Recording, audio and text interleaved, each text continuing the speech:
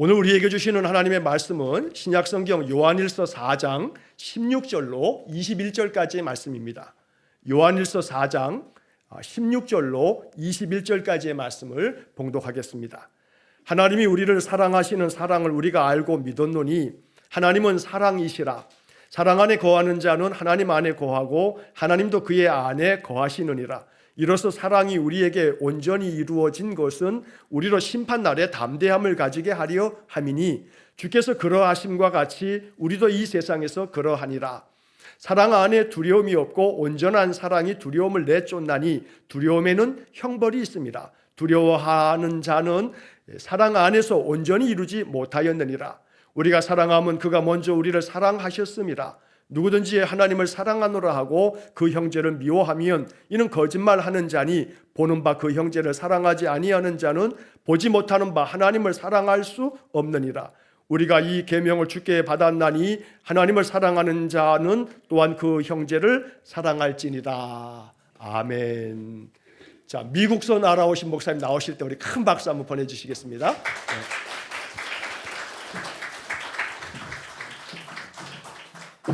네, 미국에서 날아왔습니다. 제가 그 처갓집이 일산에 있어요. 그래서 이 한국 오면 처갓집에서 머물면서 그렇게 지내는데 만약 제가 평신도라서 일산에 있는 교회를 한 군데를 선택한다면 어디를 선택할까? 저는 은광교회를 선택할 것 같아요. 그냥 하는 소리가 아니고 그러니까 뭐 김진영 목사님 제가 대학 1학년 때부터 쭉 지켜봐왔고 또 존경하고 또 사랑해왔던 선배분인데 일산에서 목사님 한 분을 놓고 교회를 선택하라. 그러면 저는 은광교회를 선택할 것 같아요. 사실 저희 장인 장모님도 은퇴하시고 일산으로 막 이사 오셨을 때 제가 은광교회 가라고 말씀을 드렸었는데 뭐 그분들 의지를 따라서 다른 곳을 갔지만 이 교회가 저는 너무 참 복된 교회다 생각이 됩니다. 여러분 좋은 교회, 참 행복한 교회 섬기게 되신 거 하나님 앞에 기뻐하시고 또 감사하시고 또 잘 섬기면서 신앙생활 하셨으면 좋겠습니다. 우리는 누구나 행복을 원하죠. 다 행복하기 원합니다. 그러니까 각자가 추구하는 행복의 내용은 다르더라도 또 그리고 행복한 상태가 정확히 어떤 상태인지 모르는 경우라고 하더라도 그래도 다 행복을 원합니다.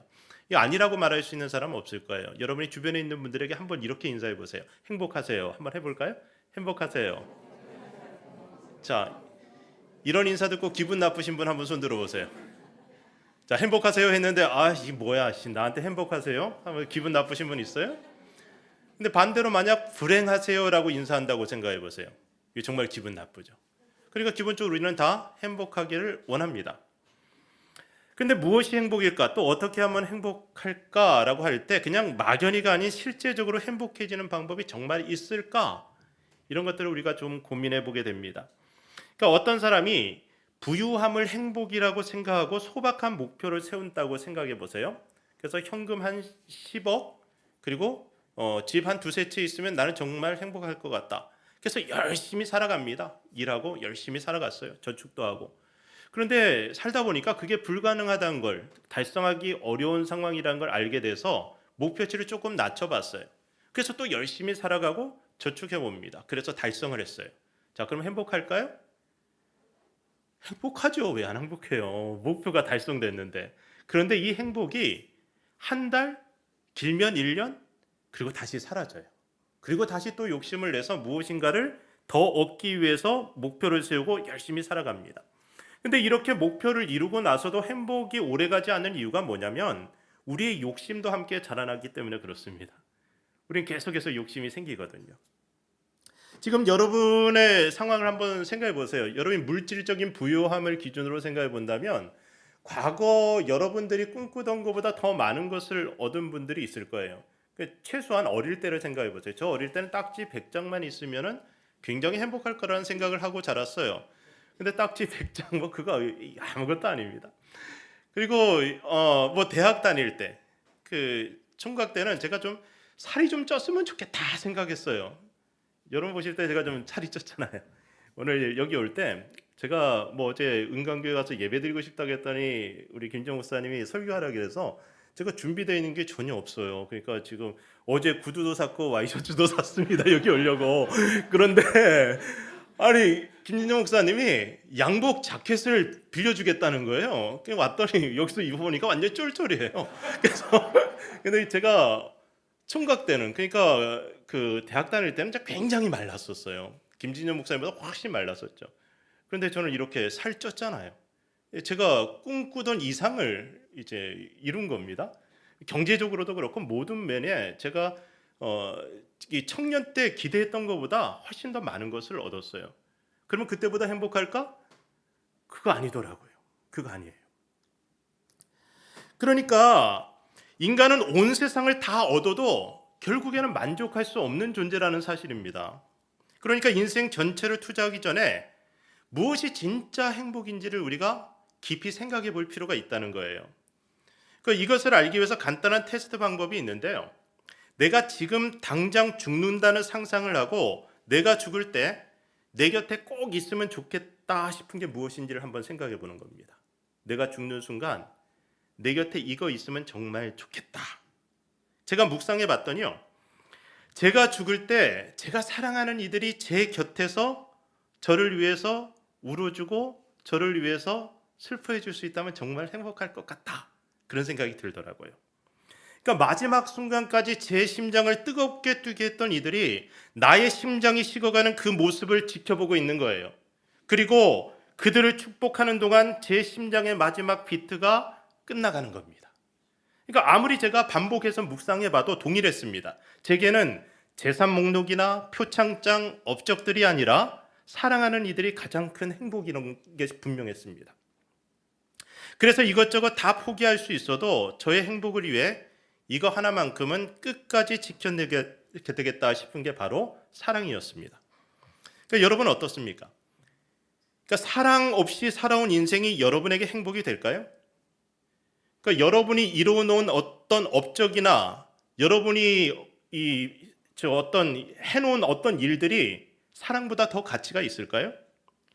그러니까 젊을수록 한 번 더 생각해 볼 필요가 있는데 남은 인생을 여러분이 제대로 된 행복에 투자해야 된다는 거예요. 그러니까 실컷 살아놓고 50 넘어서 70 넘어서 80 넘어서 야 내가 잘못 살았구나 생각하면 너무 억울하잖아요.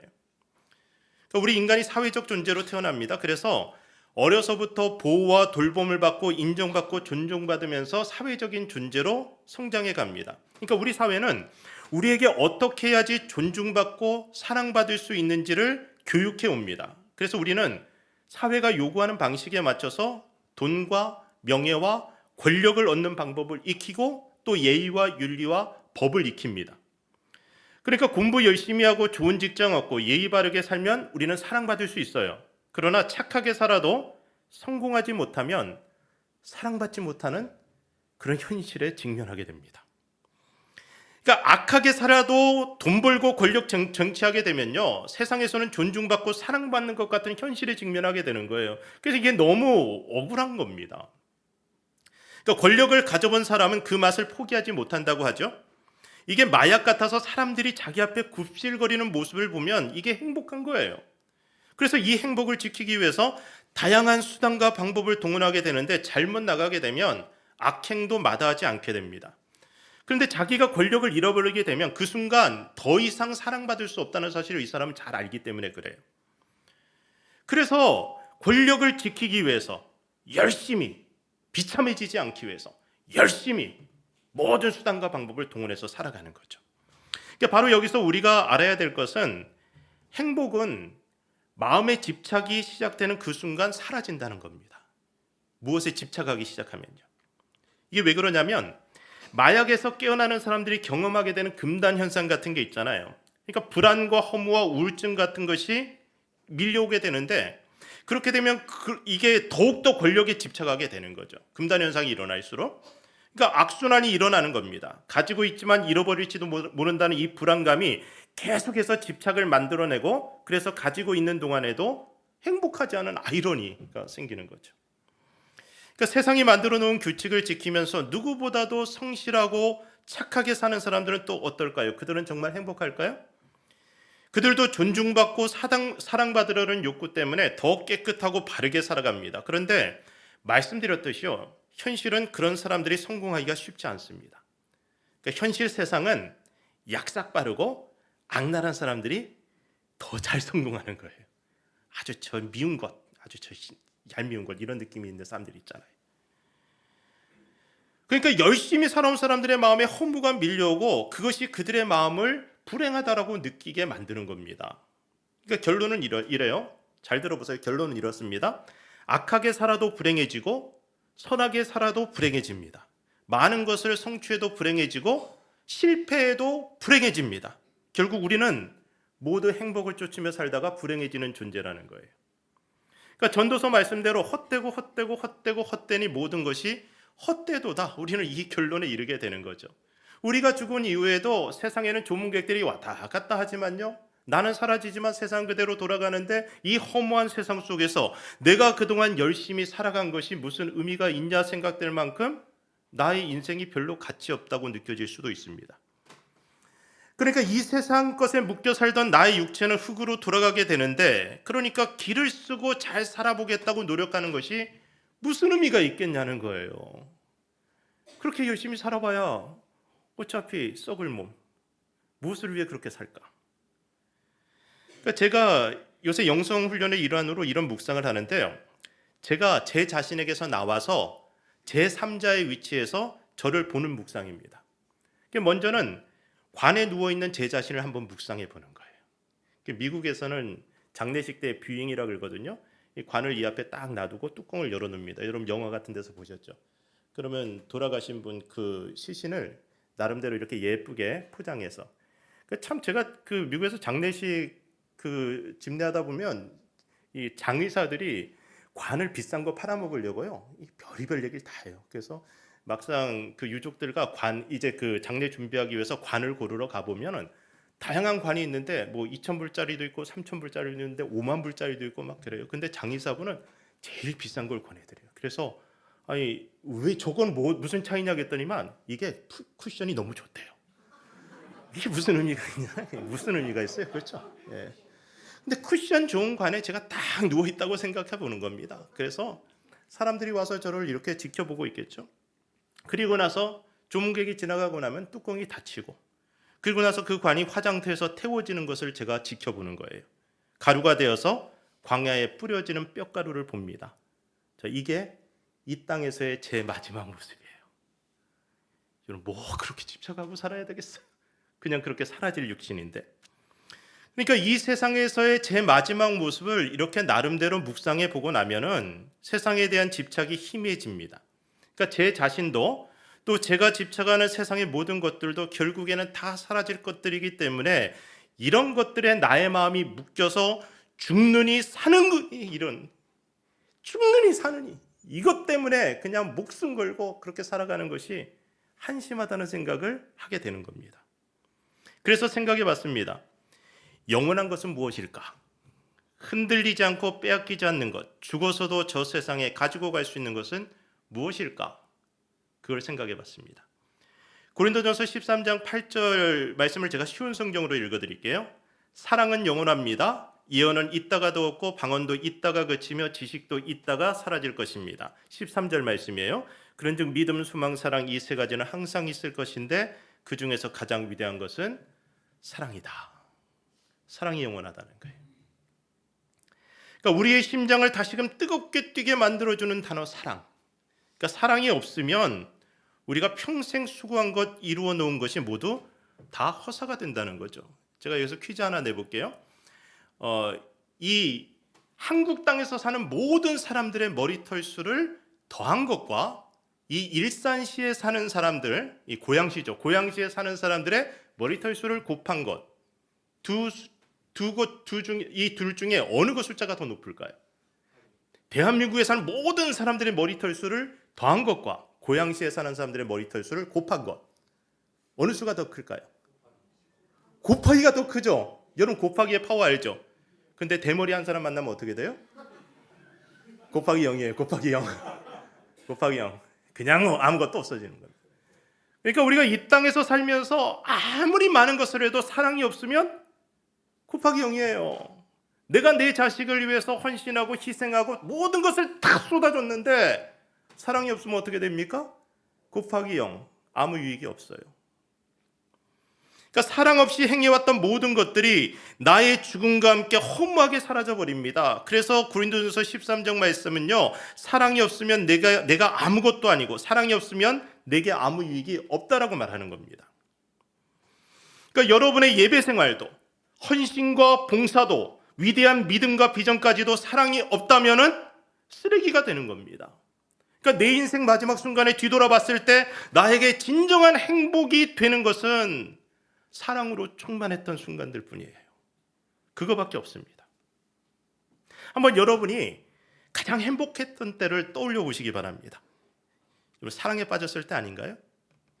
저는 김진정 목사님과 사모님이 사랑에 빠졌던 때를 잘 아는 사람이에요. 그때 아주 제가 김진정 목사님을 대학 1학년 때부터 쫓아다녔거든요. 쫓아다녔어요. 그리고 기도 모임을, 정오 기도 모임을 장신 선교단이라 서클에서 매일 낮에 했었는데, 어느 날 제가 1학년 제가 겨울방학 때쯤 될 때, 겨울방학이 되기 전인데 김진영 목사님 군대 간다고 하면서 본인이 맡은 사역, 그러니까 애신보육원이라고 하는 이 보육원의 성전고사, 전도사 이 사역을 맡길 사람이 필요하다고 기도 제목을 요청했어요. 그래서 같이 기도하는데 제 마음이 뜨거워져서 그거 제가 하겠습니다 하겠고, 제가 장신대에서 그 동두천, 우리 김진영 목사님 계신 그 동두천, 거기를 매주 가서 거기서 보육원 이제 성경 교사하면서 사모님하고 알게 되고, 그리고 목사님하고 알게 됐어요. 그래서 목사님 집에서 자면서 그 다음 날은 가서 주일날은 사역하고 그러는데 두 분의 사이가 그때 좀 안 좋았어요. 안 좋았어요.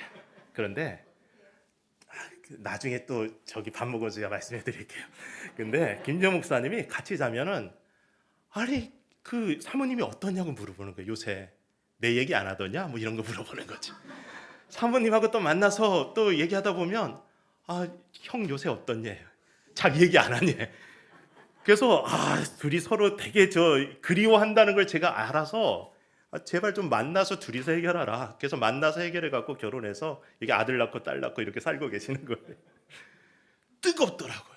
사랑했던 순간 너무나 좋죠. 아름다워요. 그런데 생각해 보세요. 아무 조건 없이 누군가를 사랑하고 사랑받을 때 우리의 영혼이 전율을 경험하지 않습니까? 그러니까 여러분이 누군가를 사랑해서 그 사람하고 평생을 같이 살기로 약속했던 그런 순간이 바로 그래요. 너무나 사랑으로 충만했던 순간이죠. 근데 여기서 질문을 제가 하나 더 드리겠는데, 사랑하는 것과 사랑받는 것, 이 둘 중에 어떤 것이 여러분에게 더 큰 행복이 되고 있습니까? 받는 거. 자, 여기서 이제 한번 손 들어보기 한번 해볼게요. 자, 사랑받는 게 더 행복하다. 한번 손 들어보세요. 사랑하는 게 더 행복하다. 에이, 솔직히 짝사랑 행복해봐서 짝사랑 어때요? 상대방이 알아주지도 않는데 계속 짝사랑하는 거 이거 어때요?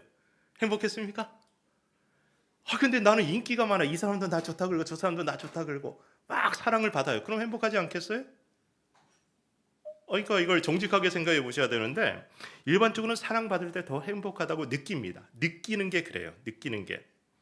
그런데 제 경험으로는요, 사랑하는 것이 더 행복하더라고요. 그러니까 저만 그런 것이 아니라 제가 책을 통해서 만나게 된 많은 영성가들이 동일한 고백을 합니다. 그리고 예수님의 고백도 동일했어요. 그러니까 예수님은 우리에게 사랑받아서 행복한 것이 아니라 그분이 우리를 사랑했기 때문에 행복하셨어요. 그러니까 그분의 십자가 죽음은 우리를 사랑한 결과였습니다. 그렇게 아낌없이 주셨던 이유는 그것이 그분의 행복이었기 때문이에요. 사랑을 받는 것이 그분에게 더 큰 행복이었다면 주님은 우리 때문에 십자가를 질 이유가 없었어요. 그런데 사랑하는 것이 행복이기 때문에 우리 위해서 자기 생명까지 주셨잖아요. 그러니까 우리의 사랑이 자주 실패를 경험하는 이유는 우리가 사랑하는 것보다 사랑받는 것에서 더 큰 행복을 추구하기 때문에 그렇습니다. 그러니까 우리가 사랑을 받으려면 어떻게 해야 됩니까? 많은 노력을 해야 해요. 앞에서 언급했듯이 사회가 만들어 놓은 질서 안에서 존중받고 사랑받기 위해서 또 예의도 발라야 되고 돈도 잘 써야 되고 기꺼이 헌신하고 섬겨야 되고 그리고 성공도 해야 돼요. 그래야지 사랑받을 수 있어요. 거기에다 외모도 예뻐야 하는데 피곤하죠? 그러니까 문제는 그렇게 애를 썼는데도 사랑받지 못하게 될 때, 사랑이 떠나갈 때 불행해지는 겁니다. 열심히 살았는데도 취업이 안 돼요. 열심히 살았는데도 그런데 다른 사람이 내 사랑을 채워가요. 점점 불행하다는 느낌을 받는 거죠.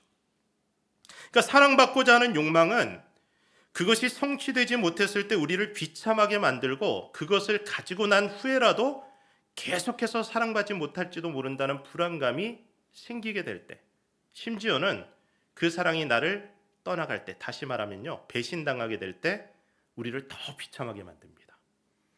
그러니까 사랑받음으로 행복해지려는 사람은 계속해서 노력하고 또 노력하게 되는데, 시간이 지나면서 자기 자신을 채찍질하는 경우보다는요, 상대방을 채찍질하는 경우가 더 많아지게 됩니다. 다른 일을 바꾸어서라도 나를 사랑하도록 만드는 일에 모든 에너지를 다 쏟게 되는 겁니다. 그러니까 우리 여러분들이 살면서 이런 이야기를 해보셨을 거예요. 너 때문에 내가 죽겠다. 네가 어떻게 나에게 이럴 수 있니? 내가 그동안 너한테 얼마나 잘해주었니? 내가 인간이라면 이러면 안 되는 거야. 들어보셨죠? 최소한 이런 얘기. 우리 엄마 아빠한테 많이 들어보셨을 거예요. 그러니까 이게 왜 이런 얘기를 하냐면, 너 때문에 내가 죽겠다 이런 마음은요, 사랑하기 때문에 생겨나는 마음이에요. 근데 사랑하기 때문에 생겨나는 마음의 불행인 거죠. 내가 사랑하지 않는 사람의 배신은 배신도 아닙니다. 아프지 않아요. 많이 사랑했을수록 많이 아프게 됩니다. 그리고 우리가 너무 아파서 자신의 아픔에 매몰되게 되면 이 아픔이 자기 자신은 물론이고 상대방까지 파괴하는 언행으로 발전하게 됩니다. 그래서 가룟 유다는 예수님을 팔아먹고 스스로 목매어 죽기까지 했습니다. 여기서 우리가 진지하게 생각해 봐야 하는 문제가 발생하는데요. 사랑은 영원하다고 했는데 도대체 이건 뭘까? 사랑이 진짜 행복이라고 했는데 이건 뭘까? 서로가 서로에게 푹 빠져서 사랑하게 된 두 남녀의 모습, 행복 그 자체죠. 그러니까 지켜보는 사람들도 행복합니다. 그래서 우리는 로맨스류의 사랑 이야기를 좋아합니다. 그래서 학생들이 선생님에게 첫사랑 얘기해달라고 그러고 막 그러잖아요. 근데 아담이 하와를 처음 본 순간, 이는 내 뼈 중에 뼈요 내 살 중에 살이라고 했습니다. 사랑에 푹 빠졌어요. 그 순간 그들이 머무는 그곳은 에덴 동산이 되고 천국이 되는 거예요. 사랑에 빠지면 그래요. 그렇게 사랑해서 또 결혼하게 되는 남녀가 있다고 생각해 보세요. 항상 서로를 따뜻하게 사랑하기만 하고 살면 참 좋겠는데 그런 가정 있나요? 안 그러잖아요. 상대방에게 사랑받을 때 행복하지만 그 사랑이 항상 지속 가능한 것이 아니기 때문에 행복과 불행, 천국과 지옥을 왔다 갔다 합니다. 상태가 좋을 때는 긍정적인 방법으로 배우자에게 잘해서 사랑을 받아내려 하는데, 좀 상태가 좋지 않게 되면 배우자를 어떻게든지 고쳐서 사랑을 받아내려 합니다. 때로는 회유하기도 하고 때로는 윽박지르기도 하면서, 그따위로 하면 나 당신하고 같이 못 살아 막 그러면서. 이게 우리의 어리석은 자화상인데요. 상대방의 사랑에 기댄 나의 행복은 상대방이 계속해서 사랑해주고 사랑을 표현해 줄 때만 누릴 수 있는 것이기 때문에 사랑하면서도 피곤한 삶을 살게 되는 거죠. 이것이 우리가 사랑을 받으면서 행복해지려고 할 때 일어나는 일반적인 상황이란 겁니다. 이런 태도의 문제는 나의 행복을 다른 이들의 손에 맡기고 그들의 반응에 따라 행복해지고 비참해지기를 반복하기 때문에 마음의 평안함이 없다는 겁니다. 제가 재작년에 안식월 한 달을 써봤는데요. 그 기간을 통해서 깊이 깨닫게 된 것이 이것이었습니다. 나는 사랑할 때 행복해지고 사랑하면서 누리는 행복은 누구도 빼앗아갈 수 없는 진짜 행복이다. 그리고 내게는 내가 사랑하는 이의 반응에 상관없이 한결같이 사랑할 수 있는 능력이 주어졌다. 하나님이 사랑이듯 그분의 자녀된 나도 사랑이다. 그래서 나의 선택은 언제나 사랑이 될 것이다. 이것이 제가 깊이 경험하면서 내린 결론이었습니다. 예수님께서 친히 말씀하신 바 주는 것이 받는 것보다 복이 되다고 하셨죠? 그러니까 하나님이 우리에게 사랑받으라고 명령하시지 않았습니다. 성경 여러분 보세요. 사랑받으라고 명령하시지 않았고 뭐라고 명령하셨어요? 사랑하라고 명령하셨잖아요. 그러니까 여기서 중요한 건 사랑받는 건 나의 선택이 아니지만 사랑하는 건 언제나 나의 선택이라는 겁니다. 그러니까 내가 아무리 최선을 다한다고 해도 나를 사랑하고 말고는 상대방의 선택인데, 그 선택에 따라 내 마음이 왔다 갔다 하면 내 마음이 다른 사람에 의해서 구속된 상태가 되는 거죠. 그러니까 사랑에 멍에를 메고 있으니까 다른 사람의 사랑의 멍에를 메고 있으니까 주님이 나에게 주시는 멍에를 맬 수 없는 세상의 종으로 살아가게 되는 겁니다. 그러니까 주님은 그렇게 사랑받기 위해 마음 가득 수고하고 무거운 짐진 사람들에게 내게로 와라, 내가 너희를 쉬게 하리라 말씀하십니다. 그러니까 우리가 이 진리를 알게 되면요, 자유를 누릴 수 있습니다. 그러니까 오직 주님의 멍에를 메고 사는 사람은 그분의 마음에만 영향을 받아요. 주님의 마음에만 영향을 받는다는 겁니다. 그러니까 온 세상이 나를 버린다고 하더라도, 온 세상으로부터 내가 사랑받지 못하는 한이 있다고 하더라도 그분이 나를 사랑하시면 괜찮은 거예요. 그러면 행복한 거예요. 그러니까 세상에 비위 맞추는 것은 불가능한 일인데 주님의 마음을 맞추는 것은 너무나 쉽습니다. 왜냐하면 세상은 언제나 흔들리지만 온유하고 겸손하신 주님의 마음은 한결같기 때문에 그렇습니다. 그러니까 주님의 멍에를 메고 주님께 배우는 사람의 마음은 쉼을 누리는 거예요. 불안하지 않아요. 이 사랑을 빼앗길 것 같은 불안함이 없습니다. 내가 주님의 멍에를 메고 있다면, 내가 그분의 판단만 의식하고 살아간다면, 그분의 마음에만 귀를 기울이고 있다면 누가 나를 어떻게 판단하든지 간에 내 마음은 평안할 수 있습니다. 자유라는 것이 그런 의미예요. 자유하다는 것이. 그러니까 내 아내가 나에게 뭐라고 하든지, 내 남편이 나에게 뭐라고 하든지 나는 주님 안에서 안식한다. 그래서 너는 떠드세요. 나는 내가 이렇게 갑니다. 이런 담대함이 있다는 거예요. 좋잖아요, 여러분. 그러니까 우리가 죄된 상태에서 살 때 우리의 마음이 속박되어서 사랑을 선택할 자유가 없었어요. 그런데 구원받은 이후에는 진리 안에서 자유케 된 우리의 마음이 언제나 모든 상황에서 사랑을 선택할 수 있는 자유를 누리게 된 겁니다. 갈라디아서 5장 1절은 이렇게 말씀하는데요.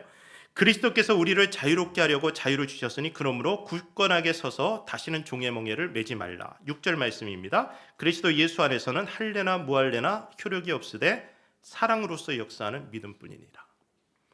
그러니까 종의 상태에서 우리는 해야 한다는 부담을 가지고 살아가는데요, 자유자가 되고 나면 주님의 멍에를 메고 주님의 마음을 의식하고 은혜 가운데 사랑을 선택할 수 있는 자유를 누리게 됩니다. 그러니까 세상에 종된 상태에서는 상대방의 반응에 따라서 나의 감정이 요동치고 사랑이나 증오를 선택하게 되는데, 세상으로부터 자유케 된 나의 영혼은, 주님의 종된 사람들은 언제나 사랑을 선택할 수 있게 된다는 겁니다. 왜냐하면 내가 유일하게 의식하고 살아가는 주님이 바로 그 사랑 그 자체이기 때문에.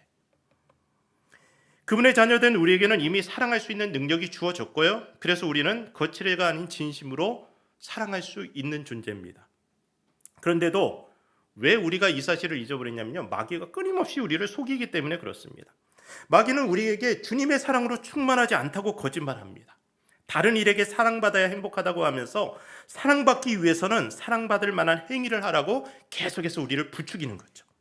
특히 내면을 바꿔서 아름다운 존재가 되는 것은 실제 사랑받는데 별 도움이 되지 않으니까 겉만 바꿔서 상대방을 속이고 예의 바르고 성실한 사람으로 보이라고 말합니다. 그러니까 현실 세계에서는요, 이렇게 겉으로 그럴듯하게 보이고 그럴듯하게 행동하는 사람들이 존중받고 사랑받는 경우가 많이 있어요. 그러니까 비슷한 수준의 외모를 가진 사람들 중에 화장을 더 잘한 사람이 예뻐 보입니다. 이처럼 거짓 이력, 거짓된 말과 행동으로 자신을 포장한 사람들이 세상에서 더 인정받고 성공하기도 합니다. 왜냐하면 하나님은 사람의 마음 중심을 보는데 사람들은 뭘 봐요? 외모를 보니까. 그러니까 사람들에게 존중받고 사랑받고 인정받으려면 뭘 가꾸면 됩니까? 외모만 가꾸면 돼요. 겉만 그럴듯해 보이면 사람들은 인정을 해줘요. 하지만 여러분, 그렇게 겉만 바꿔서 그렇게 성공하게 되면 행복해지지가 않아요.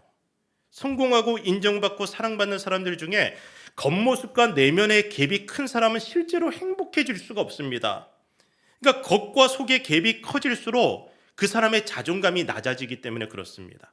그러니까 모두를 속일 만큼 탁월한 연기를 해도 내가 나를 알기 때문에 겉과 속이 다른 자기 자신을 스스로가 사랑하고 존중할 수 없기 때문에 그래요. 그래서 자존감이 낮아요.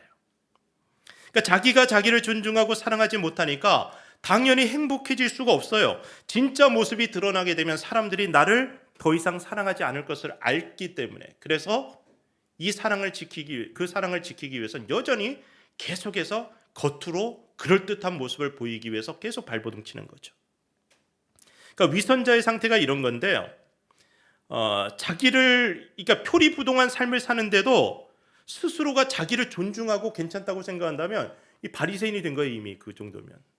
근데 정상적인 그리스도인 구원받은 사람들은요, 자기의 내면을 느낄 수 있습니다.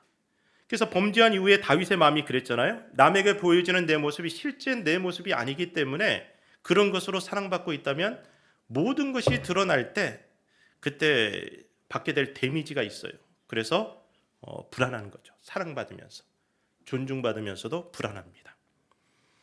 인기 스타들 마음도 그렇습니다. 엄청난 인기와 사랑을 받고 있는데 그 인기와 사랑이 이미지 메이킹을 통해서 이루어진 것이라고 하면 그 자신에 대한 사랑이 아니기 때문에 결국에는 사랑받는 동안에도 불안해서 행복할 수 없는 겁니다. 우리는 사회생활을 통해서 예의를 갖추어야 되죠. 그러나 내가 보여주고 싶은 그 모습이 나의 진짜 모습이 되어야만 불안하지 않습니다. 그러니까 보여주고 싶은 그 모습으로 자기의 내면을 가꿔야 되는데, 그래서 너무 과하게 친절하거나 너무 과하게 깍듯하게 살면 실제 모습이 드러나는 순간 사람들을 당황하게 만듭니다. 그런 사람들 있잖아요. 사랑합니다. 뭐 하면서. 그리고 여러분 그런 거 있잖아요. 그 한국은 그 어떤 안내 전화 멘트가 그런 거더라고요. 사랑합니다, 고객님. 진짜 사랑합니까? 그러면 그 당황해요. 그걸 사랑하지 않죠. 너무 과해요. 친절이 너무 과해요. 평상시 너무 아주 그냥 나이스하고 훌륭한 모습을 보여줬는데, 그런데 감정적으로 뭔가 문제가 생겨서 확 터지는 모습을 보면은 여태까지 그 사람이 보여줬던 모습이 다 위선이 돼버리는 거죠. 그러니까 내가 이 사람을 사랑하지 않는데, 내가 이 사람 때문에 힘든데 그 사람 앞에서 굳이 그렇게 할 필요는 없어요. 그냥 미워하지 않는 정도로 만족하면 돼요. 사진 같은 것도 그렇잖아요. 지나친 사진, 젊은 사람들은 뽀샵이란 걸 하잖아요. 그냥 얼굴에 잡티도 다 제거하고, 어떤 사람은 눈이 작은 사람인데 뽀샵으로 잡티를 제거한다고 딱 했더니 자동으로 눌렀더니 눈이 지워지더라는데, 실물을 직접 딱 보게 되면 당황스럽죠. 뽀샵을 너무 한 얼굴들은. 그러니까 이게 우리가 외면을 가꾸는데 30을 쓴다면요, 내면을 가꾸는데 70 정도를 써야 됩니다. 그래서 이게 우리가 보여주는 모습과 이게 보여주고 싶은 그 모습으로 나의 내면이 계속해서 바뀌어가야 되는 거죠. 그래야지 나도 성장하고, 그리고 정말 내가 보여주고 싶은 그 모습으로 내가 자라가는 것을 보면서 다른 사람들도 유익을 얻을 수 있습니다. 마귀가 또한 우리에게 성공해서 세상의 사랑을 받으라고 부추기는데요. 세상 관점에서 목사의 성공은 교회 규모입니다. 그러니까 교회 규모가 어느 정도 이상 되면 지역 정치인들이 그냥 막 와서 이렇게 뭐 잘하고 그럽니다. 그러니까 뭐 인사하러 온다 그러고, 그러니까 지역 정치인들에도 존중을 받고 사랑을 받는 것 같아요. 그런데 이것이 목적이 되어서 목사가 교회의 성장만을 추구하게 되면 목사의 마음이 주님의 마음이 아닌 사람들의 마음에 더 신경을 쓰게 되고 거기에 묶이게 됩니다. 그러면 사랑의 대상이 바뀌는 거죠. 갈라디아서 1장 10절에 사도 바울이 이런 고백을 합니다. 이제 내가 사람들에게 좋게 하랴 하나님께 좋게 하랴 사람들에게 기쁨을 구하랴 내가 지금까지 사람들의 기쁨을 구하였다면 그리스도의 종이 아니니라. 그러니까 그리스도의 종이 된 사람은 하나님이 기뻐하시는 일이면 불 속이라도 들어갑니다. 세상에 집착하지 않는 자유자로 살아갈 수 있게 됩니다. 사람에 끌려다니지 않을 수 있게 되는 거죠. 우리가 사랑받을 때보다도 사랑할 때 행복해지도록 창조되어진 존재라는 사실을 다시 확인했으면 좋겠고요.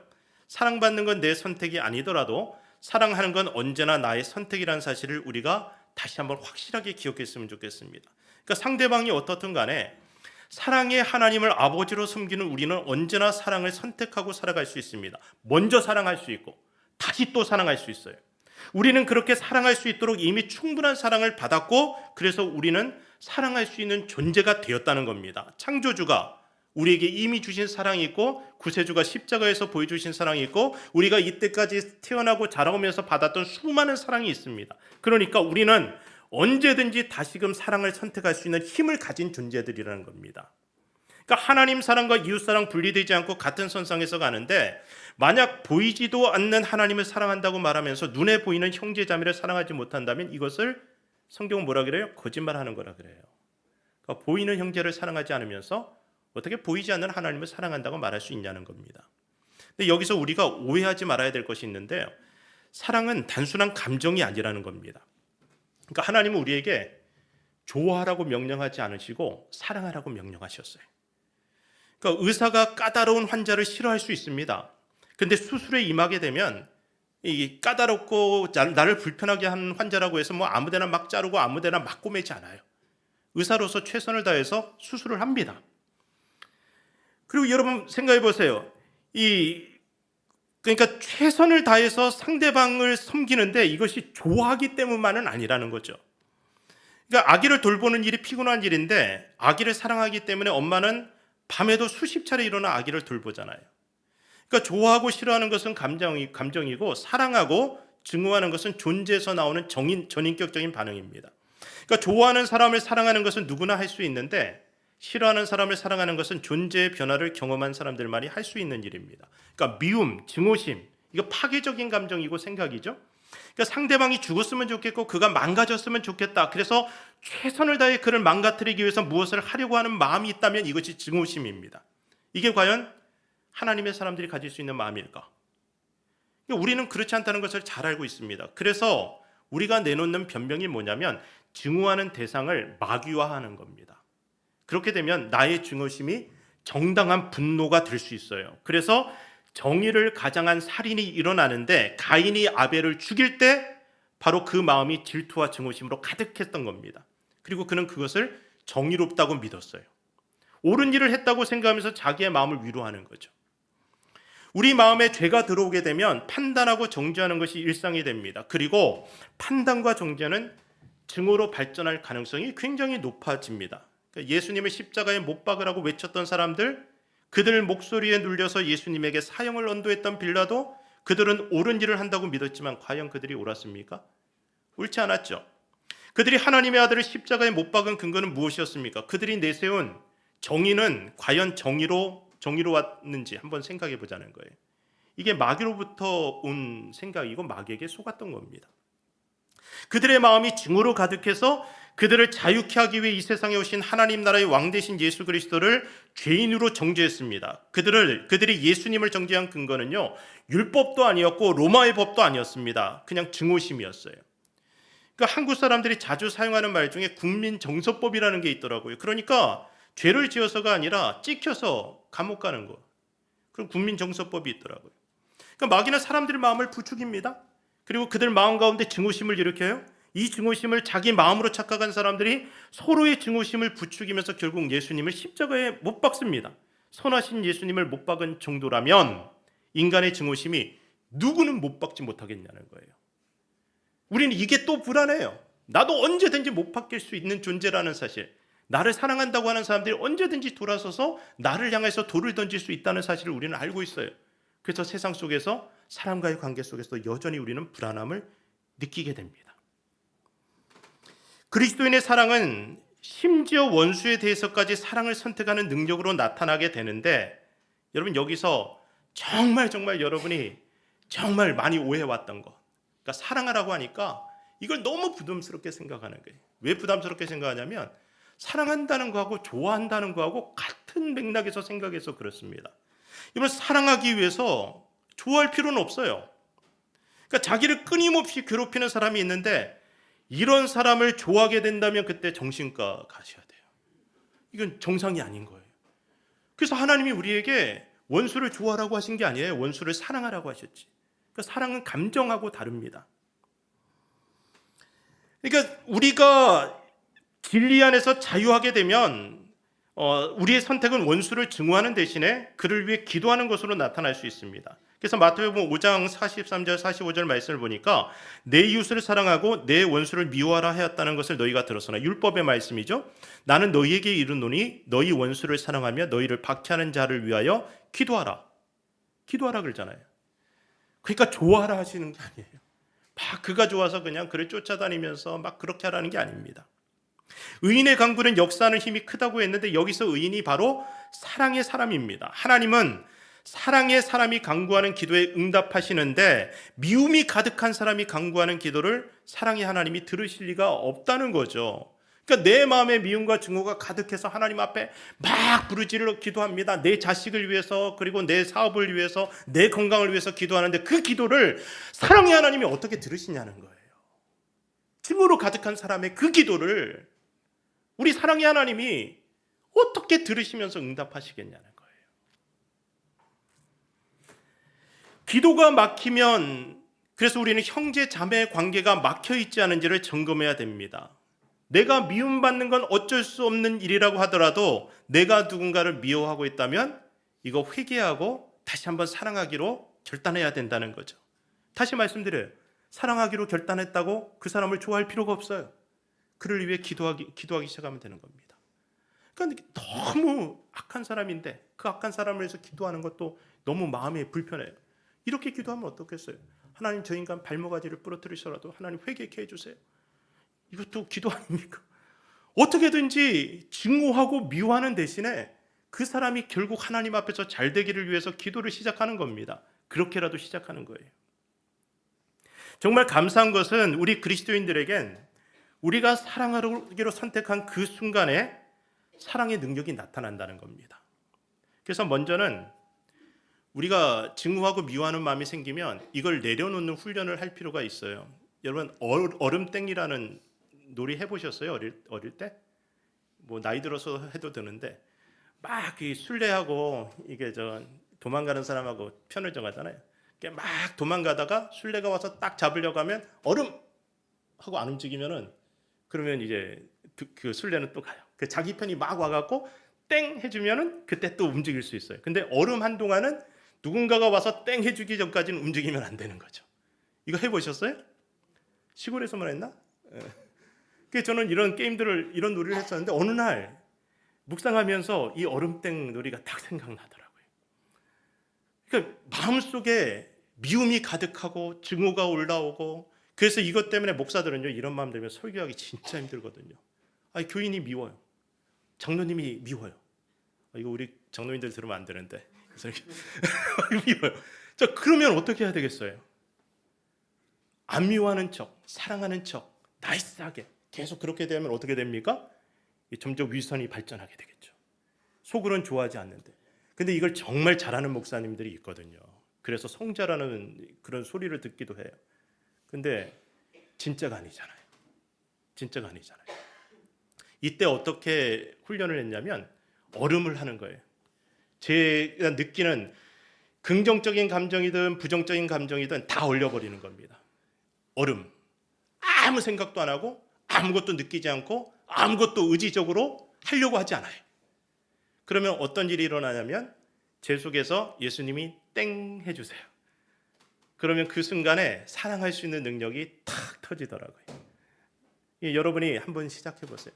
그래서 여러분의 남편이나 아내나 자식들이 여러분들을 막 흥분시키면은, 그래서 뭔가 말을 하고 싶은 그 순간에 뭐라고 하라고요?